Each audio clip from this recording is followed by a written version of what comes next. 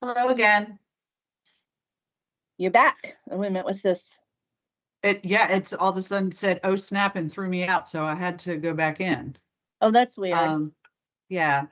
So hey, before we get started, just administratively, I noticed on the agenda that we still had Dorothy and Natasha and Ben McShane, but we did not have John Temple. Yes, we put in several requests just to get that all updated, both on the online Granicus and on all of our other templates. So those should hopefully be resolved shortly, but unfortunately lagged behind a little bit. Okay. Okay. And I'll probably turn my camera off in a little bit because I've actually been kind of busy today. Okay. So With people buying chocolate in the rain. So yeah. That's interesting. Okay. I apologize as well. I'm gonna have to hop off in like 15-20 minutes. I'm actually closing on a property today separately. Oh, so okay. But I will be here for as long as I possibly can. All right. Well, then let's try and work our way through the projects as quickly as we can. I do want to say one thing before we start into the actual projects. One of the miscellaneous items on the agenda is the election of officers.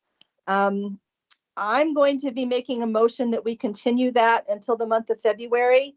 I don't have a whole lot of details yet, but there's a good chance I'm going to be moving, and so I will not find that out until the end of the month after the meeting. So just to give you guys a heads up. Okay. All right. Any other general announcements? Nope, I don't see anybody shaking their heads because I don't see anybody. So no announcements. Okay, so we'll move on to the first project, which is the East Pat Lofts. This is just an APFO extension. Yes, it's just an APFO extension. They're actually giving us a little extra time on this one. They expire in April, but they're already aware of the market conditions, so they want to go until October. All right. Does anybody have any questions? I'm just going to go do a roll call since I can't see everybody. So we'll start with Elaine. No questions. Thank you. Zach. No questions. Thank you. John. No questions. Okay, great. The next item on the agenda is the calendar. Is there any, Gabrielle, anything you want to say about the changes to the calendar? Yes, I just maybe graphically seeing will help. This is the standard track. The change we made is the same on both the standard track and the extended track. And essentially what we've done is after the workshop, we bumped the resubmittal deadline when applicants need to get plans back to us up by 3 days. So instead of getting in the resubmittals 2 weeks from the workshop, we're getting it like a week and a half. If you see column 5 here, it says Wednesday. That used to be a Monday date. So that builds in 3 extra days for us to do the intake and routing of the plan and to initiate our review in order to ensure that we're hitting those target deadlines for publication of packets. That's all I had. All right. And does that include extra time to start getting the packets to the commission earlier than we have been? The aim would still be a week ahead of time, consistent with the overall policy for publishing things for historic preservation, zoning board of appeals, county council, or city council. We would be maintaining that. They've been asking for a year to add some extra days to that. So we have 10 days, at least one full weekend before the meeting. We need that, right now we have commissioners who work full time, who are extremely busy. We don't get the packets on time, and we need to move that up so that we have enough time to read all these very long, complicated packets. I understand the concern. As I said, we want to maintain consistency for the public and across the boards and commissions. And it will be consistent as soon as we say that we're doing it. Correct. That's why we've added 3 days into our allowance so that we're doing the administrative components, the review process, and writing the staff reports to meet that week timeline consistent with publication of all the other cities, boards, and commissions timeframes. So that adjustment is to accommodate additional times to meet the week target. None of the other commissions have nearly the amount of work to do that we do. There's absolutely I no would- reason that they I need would to be beg to differ. consistent The Historic Preservation Commission, Well, then they uh, probably would like to have their packets 10 days ahead of time too. correct, and we're balancing many different interests, of course, and that has been the standard policy. So I understand the concern. This is staff's You proposal for the clearly don't calendars. understand the concern, or you would do I- something about it. Okay, thank Um, you. Do we have This is any other, staff's proposal. So- comments from the commission? Yeah, I have, as far as that goes for me, I'm struggling with this because we're looking at these very, very long agendas. If I don't have time or capacity to review something, should I recuse myself or should I say that I can't vote because I haven't had an opportunity to prepare? Because that's kind of how I'm feeling. This time I had the capacity to review the things. I done my site visits because I know I'll be showing properties all weekend, but this is beginning to be a real struggle. I have concerns if I can keep fulfilling, my obligation here to be a commissioner, because it's been like this since I joined. We've even had times where we've doubled up, 2 months last summer. So I have genuine concerns with getting these packages, sometimes not even on a Tuesday, but a Wednesday, and they are difficult. So I'm with Joan on this, that I understand policy, but I listened in on the Historic Commission's meeting last night. Not only was one lady not prepared, she said she just moved to Frederick 2 years ago, didn't know the site. And I've seen the packets when I've come to pick them up before, and the largest ones are ours. I've talked to people on other commissions who tell me, oh, I just get 1 or 2 sheets of paper, Elaine. What is all of that? So I feel strongly that we have a very large workload and it needs to be considered to extend this out. I think the public and the other commissions would be fine with it, but we can't keep it as status quo. This is ridiculous. I would agree that the best course of action, if you don't feel that you've had time to prepare, is to recuse yourself. We obviously All right. don't want people who don't, commission members not feeling prepared to and equipped to review. I think that is a very fair, fair 'Cause then- thing. And okay, then 'cause- the question as to, whether that starts to preclude your ability to participate because you don't have the time is one I think all commission members, and we make sure we try to reinforce that when we do interviews and share information about planning commissions and other commissions, that this is the time commitment. We try to be honest and transparent with people about the time that it takes to participate in this process, and recognize that for some people it is not a practicality, but we are taking the steps to like I said, extend our time periods to meet that week long. We've been working on modifying our staff reports to provide them in a more concise manner, so that they are less weighty to review. Okay, because we won't have a quorum if I'm recusing myself. I mean, I'm not going to do that this time because I had the opportunity to review everything, and it's probably not going to be the case going forward. So just wanted to put that out there. Thank you. Thank you. Any other comments? Zach, John? Nope, no other comments. Okay, thank you. The next item is Highland Trail. It's the preliminary plat, final site plan, and preliminary forest conservation plan. And I'm not sure who the staff person is on this. I am, Sherry. There's nothing to add. It was just continued because of the public comment being cut off. Okay. So this was one that was started on the December meeting that I wasn't there. Correct? Yes. Okay, thank you. Does anybody have any questions?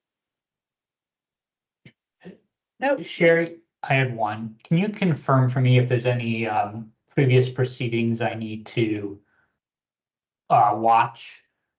No, there's review? nothing for this. Nothing. Well, the workshop maybe, but The if workshop. you wanted okay. to watch that, that was done. Let's see. That's a while ago. Yeah, it's been a while. Let's see here. I believe that was Sorry, in June. it was the June 16th, 2025 workshop. John, we'll send out a list to you this afternoon. I apologize. It hadn't occurred to me before this. We'll send out the list to you this afternoon of all the previous workshops for the items on the agenda, as well as those minutes, so you have those to reference. That would be wonderful. Thank you. I was going to Apologies about have to that. ask that question for every one of these.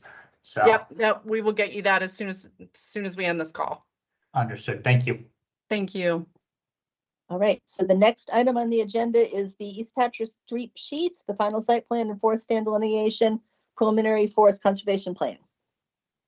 Yeah, so since the workshop, I think there were two items that really needed to be addressed. One being we wanted to look at the access points for potential right in, right out.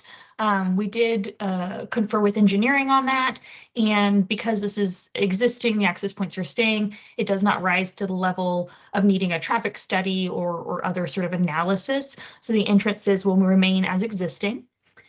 For the modification on light spillage, they were able to reduce some of those foot candles, but will still be needing the modification.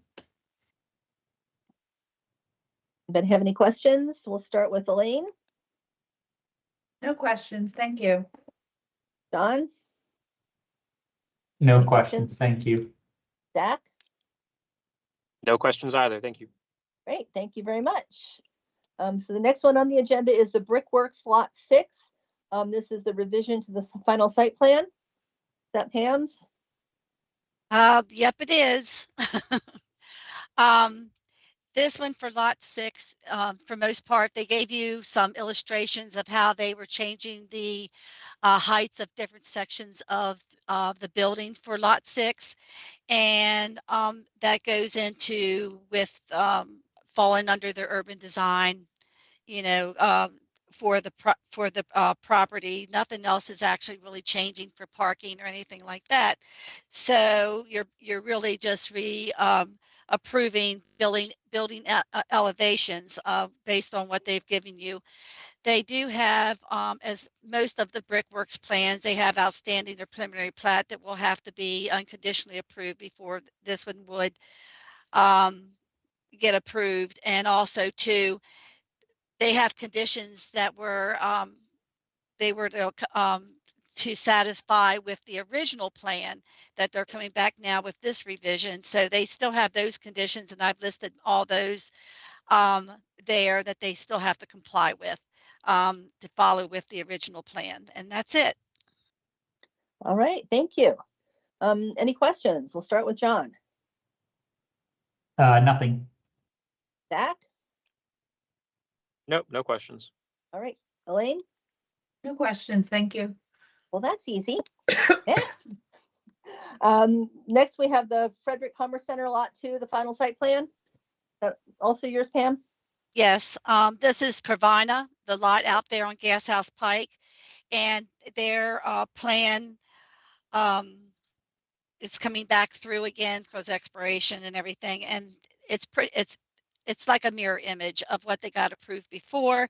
They have a modification there that they got approved before for landscaping interior for their big storage area that is there for the cars for inventory to go through, but we've had them go through with interior modification so they don't have planting in that area. And that is really it. Let me see if I have anything else to add.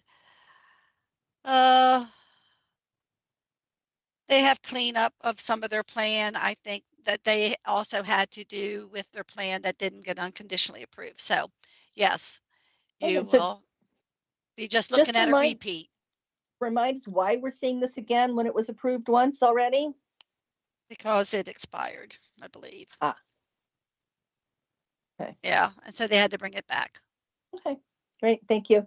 Any questions? We'll start with Zach.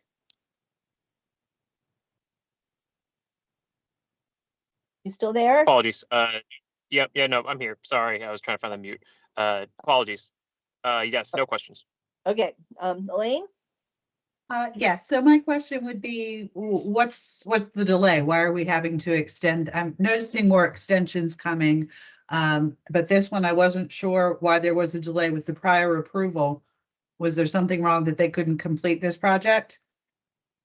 You know, I don't know why they didn't move forward right away, but apparently they lost track of it. Of course, they didn't they didn't ask for an extension, and that's why it expired. I mean, they were able to ask for an extension, but they didn't catch it for an extension, so. But why did they not complete the project? Were they not I- given enough time the first time this was approved, or is there a problem with the construction? I'd have to go back and I can email you if I find the answer on their transmittal of application, but I don't remember Okay. if they gave us the reasons why they failed to move forward. Okay. I think will that would just be add in, we have had a little bit more extensions due to economic concerns. So I'm not Right. sure if that will tie into it, but that is Right. the reason for most extensions we're seeing lately. Yeah, no, I remember that from the December hearings, but I'm And just that's the concerned that extension coming this, up too. okay, because it seems to me like we were seeing these on the agenda more frequently. And you know, if we're approving the very same terms, maybe there is a different way to push these through than taking up all the time. Don't know. Just There's throwing a that out there. policy, yeah, when you're establishing validity periods, there's a bit of a policy decision that needs to be made. The code for site plan says 3 years. The balance that you want to strike is that you don't want to have such long approval periods that you change regulations in the meantime, and Okay. you lose the opportunity to implement those new laws, right? If you say a plan's valid for 10 years and we modernize our stormwater, of course, well, stormwater is different, it's regulated by the state. If we modernize our landscaping standards and we develop more sophisticated standards that we'd prefer to implement, then the longer that period is, the least you get to catch up on new developments. So it's a balance between having a practical period in which a developer can bring a project to permit, and one that holds them accountable to move through in a timely manner, so that you don't have projects that aren't demonstrating compliance with the latest regulations at any one time. Okay, that makes sense. Maybe it's something that going forward, if there's not a change in a regulation, maybe that can be handled in a different manner to expedite these so that we're not taking the time in the hearing. Just throwing it out there. John, any questions? Yeah, what is the validity period? I'm just curious. You mean for it before it expires 3 years? Correct. 3 years. 3 years. Okay, so this one went And to that's 3 years. to get a Okay. permit issued. That's not to complete construction and get a certificate of occupancy. That's to start. Or to get the permit issued, you don't even actually have to start construction. A building permit or A building permit. a building permit? Okay. Yeah, I think that's helpful context. I would be curious, kind of building off of Lane's comment there, that understanding that when there are continuances or these expirations, what substantial changes have been made in the code and the requirements since they were originally approved, because I think probably would factor into some of these decisions. Not something for us to solve today, but I think about grandfathering, I think about extensions, and ensuring that that these projects are complying with the latest and greatest when necessary, but nothing specific to this project. So thank you. Great, Yeah, thank you. and I guess also too, you take in consideration in a 3-year time, if there's anything that's changed outside of that scope of that project too, is still consistent, because you never know what building around it or even public comment would come in after the fact. All right. Shall we move on? The next case is 108 Thomas Johnson Drive, their preliminary plat and final site plan. Yes. This is for the 2 lots for out there at Governor's Place, it's called. And they have a few modifications. For most part, they're all due to the fact that this is a business park and trying to keep this cohesive, where you don't, they're asking for, the modification of lighting because it is a business park in totality, and also shared parking and how it affects both the lots being divided, and also with landscaping, not that it is designed so that it is a cohesive business park and not broken up by the lots because of ownership. And they have very few conditions of approval, which the plan is very clean, except for these modifications that are creating this business park design. Great. All right, thank you. We'll do questions. John, any questions? No, no questions. Zach, any questions? No questions either. Thank you. Great. Elaine? No questions. Thank you. All right, well, that was easy. I have no questions. The last case on our agenda is the Brickworks Lot 1. This is a preliminary plat, final site plan, and preliminary forest conservation plan. Okay, we're back to Brickworks, Lot 1. This is one of the last lots currently that they are proposing for development. And the first 3 modifications are dealing with setbacks that they have worked with you and explained, and also provided you a rendering of illustration for their rear, their sides, and also their deck that they're proposing as an upper deck cantilevered over the from the townhomes and stuff. And then they also, in designing the road network, they have got units now that are fronting on a central park, so they do have to have that modification for fronting on open space and parkland.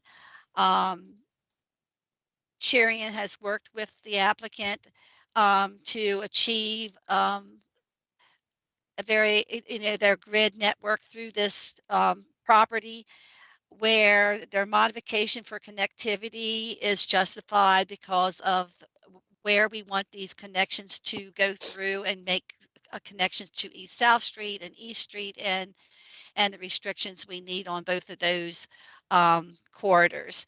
And then we have also, the applicant has come forward in the meantime and asked for fences along certain lots, which would be the ones that are fronting along our arterial of Southeast Street, which seems reasonable since it is an arterial and everything for their yard protection. And we are looking at a height that is rational and designed for a neighborhood. And we have done these front yard fences in other neighborhoods and everything. But we don't just blatantly put those through the whole neighborhood. We think about where is it reasonable that they need some kind of privacy or protection, or just property line delineation, and everything. So that's what they're asking for there. And then they also, with the asking for 2 standard street details to be modified, and that also has been worked out with Cherian and the road connections, and trying to get those reservations and stuff over to Southeast or East South Street through Griffin property and so forth. So they do have a lot of modifications, but we have worked with them with a lot of these through the review period and at the workshop.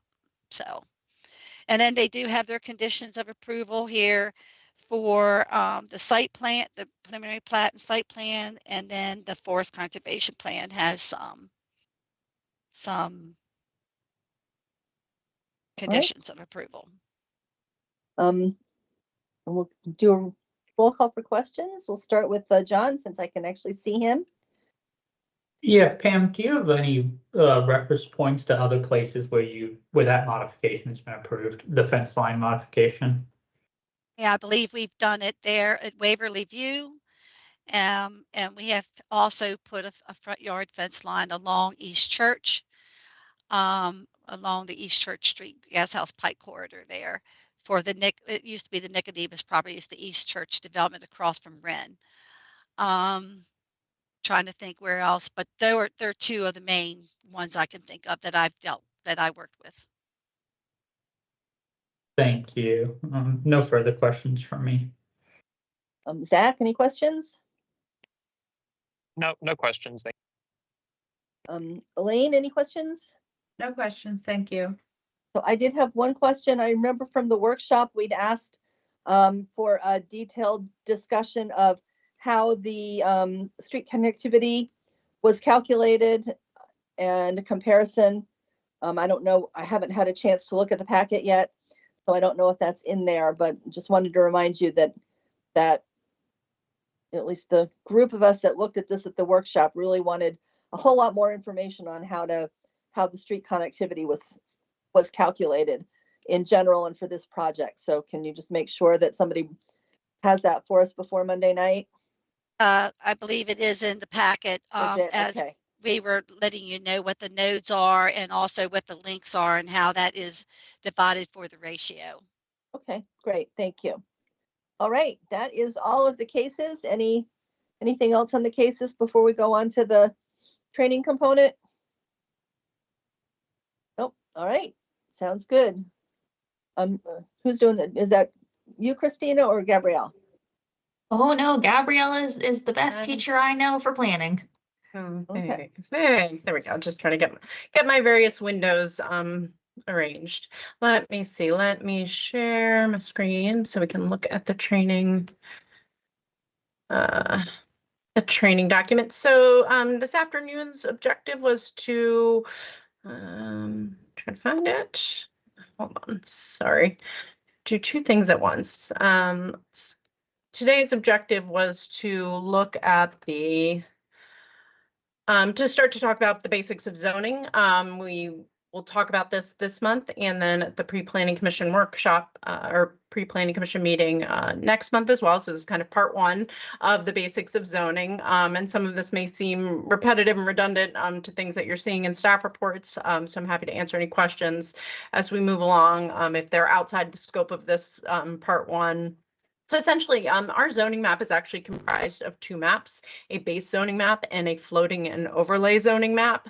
The composite is the zoning map that we see most often. If you look at the Spires online GIS, you'll see where the zoning pops up, and it has all of the different base and floating and overlay zones. The base zones are established at the time of comprehensive rezoning. So we did a comprehensive rezoning in 2005 after we adopted the land management code. And at that time, we entirely rezoned the city. The zoning changes were, some were subtle. The zoning map in place prior to that had classifications like general commercial and neighborhood commercial, but we changed the nomenclature of them into what we see today as GC and NC. Some of the rezonings were more substantive in 2005. For example, we created the mixed use MU1 base zone, so that was applied to certain properties. But that comprehensive rezoning was essentially following the adoption of the land management code and instituting new zoning classifications with new regulations that apply to them. We also adopted the floating and overlay zoning map at the same time as during the comprehensive rezoning. During that time, we established several different overlays we'll talk about, as well as floating zones. Floating zones generally, though, however, are not applied during a comprehensive rezoning. They really are on an individual basis, and we'll discuss that a little bit more. Provided the link here for Spires GIS, which is our online mapping tool. It's the best resource that's out there. It's the one we use in-house when we're preparing our staff reports and zoning determinations. And it is updated as soon as any zoning change goes into effect after approval by the council. So that is really the best resource if you're questioning what something is zoned. Our third bullet here is the relationship to the comprehensive plan future land use map. The future land use map in our comprehensive plan establishes where a long-range plan consistent with the term of the comp plan itself for how we want land to be used. That then is generally reflected in your zoning map, not all the time, not all the time right away. You don't always go through a full rezoning after a comprehensive plan update. It generally does occur to some extent, but there may be land uses on the land use map that aren't immediately implemented through zoning. But the idea is that the base land use that we establish becomes the basis for applying an actual zoning district, which then has the regulatory statutes that we apply through all of our development processes like we've been discussing today. So looking at our base zoning maps and districts, this is the underlying, sometimes it's referred to that as a Euclidean zoning district. This is generally establishing the allowable land uses and bulk and dimensional standards like the minimum lot size is required, minimum lot frontage, which is the width, density, height, minimum setbacks, and even an impervious surface ratio, which is defining the amount of the lot area that can be covered by things that prevent or slow the infiltration of rainwater. So this is anything like building rooftops, parking, sidewalks, etc. Some of these design standards that we look at when we're reviewing site plans, things like landscaping, are based on the base zone. So we have a table in section 605, which we talk about with landscaping all the time, where it defines what type of landscaping, whether it's in a buffer or a minimum number of plantings, are required based on the zoning itself. So not only is the zoning defining the characteristics of lots and densities, but it's also getting into some of the actual design standards. Signage is also determined by the zone and a use. And in some cases, parking parking requirements can vary based on the zone. For example, in our downtown zoning districts, which we call it by reference, the parking requirements are lessened and modified to reflect the downtown area. So the base zone really serves it serves a lot of functions in defining the different regulatory standards that apply. We have our list of all our base zones. So we have a resource conservation, and that is generally the base zone below under the open space floating zone, which is our parkland dedication or parkland floating zone. We have residential that ranges from low to high density, and there you see the different zoning classifications that fall into each of those buckets.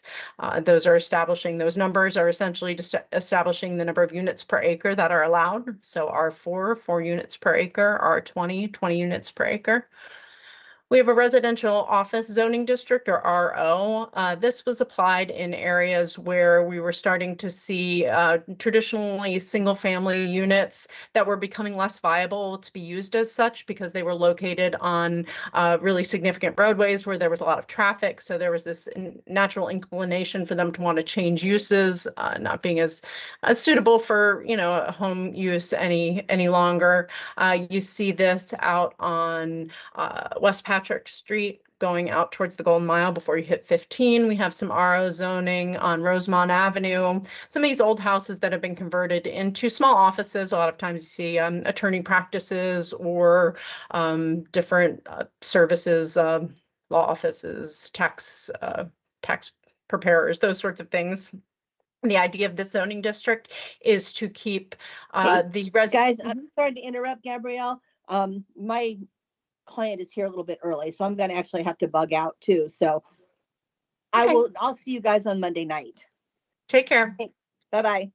Bye.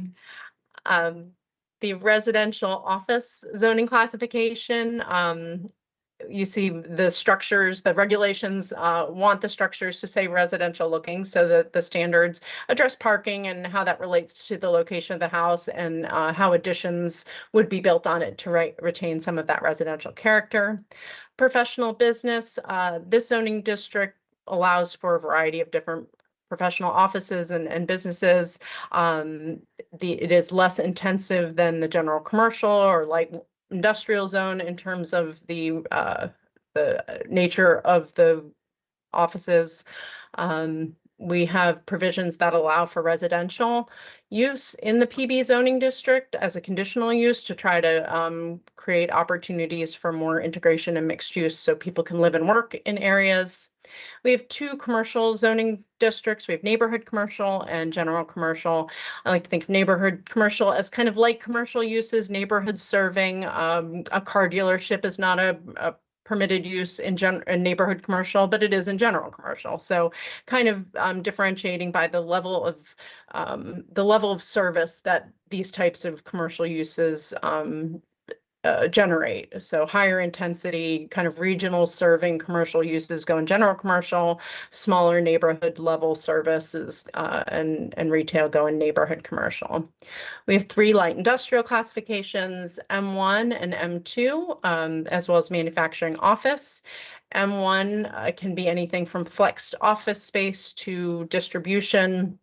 Heavy industrial is really where you get into having manufacturing uses that are refining raw materials. That's generally not allowed in M1, but heavy industrial will allow a lot of the same uses that are also in M1, in addition to these kind of more nuisance generating industrial activities. Manufacturing office, we have very limited areas of manufacturing office in the city, out on Ballinger Creek, Ballinger Center. And I believe there's an area on Thomas Johnson Drive that's also MO. This is intended to create a park-like office setting. So there are some enhanced design requirements for MO development, but generally it is also office, very light industrial, not anything you would see in the M2 districts. We have downtown districts of downtown residential, downtown office commercial, downtown commercial residential. I apologize, mixed use should be 1 level over in this outline. It's not technically a downtown district, but it is a mixed use district, which is generally the aim of the downtown zones. Downtown residential is going to allow predominantly only residential uses. A DBO allows residential as well as some low intensity commercial uses. And then DB is what we see along North Market Street and along Patrick Street, which is our most intensive mixed use zoning classification that allows for high density residential as well as restaurants and other more intensive commercial activities. And then lastly, we have MU1, which is the mixed use base version. This was applied, as I said, during the comprehensive rezoning and requires that development occur through a master plan application where minimum thresholds of non-residential and residential development are met, as well as enhanced design standards. Lastly, just moving into the floating and overlay zoning districts and maps, the one big takeaway that I see people confusing a lot with floating and overlays are technically on our zoning part 2 training, but floating zones replace the base zone. So when you apply the institutional floating zone, it's replacing all of the characteristics of that base zone. Overlays, conversely, apply on top of the base zone such that both the regulations of the base and the overlay apply. So in terms of our floating zones, we have institutional, which allows a variety of different government, nonprofit, educational type complexes. The idea here is that those types of uses have unique development needs. You may have multiple buildings on one lot, so kind of campus-like setting. So the institutional floating zone is allowing a lot of flexibility in the design standards, such that we don't have a maximum building height or minimum setbacks. It is allowed based, the design standards are set based on the use, subject to the Planning Commission's review and approval, as well as the performance evaluation or performance standards in the LMC. Mixed employment. This is also a zone established for the purposes of creating large-scale commercial office industrial park development. The only MXC we have in the city is Riverside Corporate Park up off of, Monocacy Boulevard, Gas House Pike, that area, that is the only MXC, and that's also a floating zone. We have open space, which is PRK. We designate all of our city parkland as such. And then mixed use 2, MU2, which has the same development standards as MU1. The distinction is in how the zone is applied. So a property that did not receive MU1 during the comprehensive rezoning can come in and ask to be rezoned to MU2 at any point, subject to approval of a master plan, where then the Planning Commission and City Council consider the degree to which that proposal meets the purpose and intent of the mixed use standards. But once that MU2 is applied, it acts exactly like the MU1 in terms of all of the different development characteristics. So that's a quick overview of just our base and floating zones. We'll talk about our overlay zones, which are the Historic Preservation Overlay, Carroll Creek Overlay, in the second part of the training. And I'm happy to answer any questions. Joan left as our chair. So Elaine or John, any questions? No, I don't have any questions. It was helpful because, obviously we have like the glossary and things to look at, but your discussion of it helped me to understand, especially the overlays and how really both of those regulations must be met. So thank you. Yeah, absolutely. Nothing for me, but thank you for that. Sure. Sure. Well, that is all we have this afternoon. So I will take the the reins and we can close the meeting if there's nothing else. Excellent. Sounds good. See everybody on Monday. Thank you so Thank much. you. Take care. Have a good Bye. weekend. You too. Bye.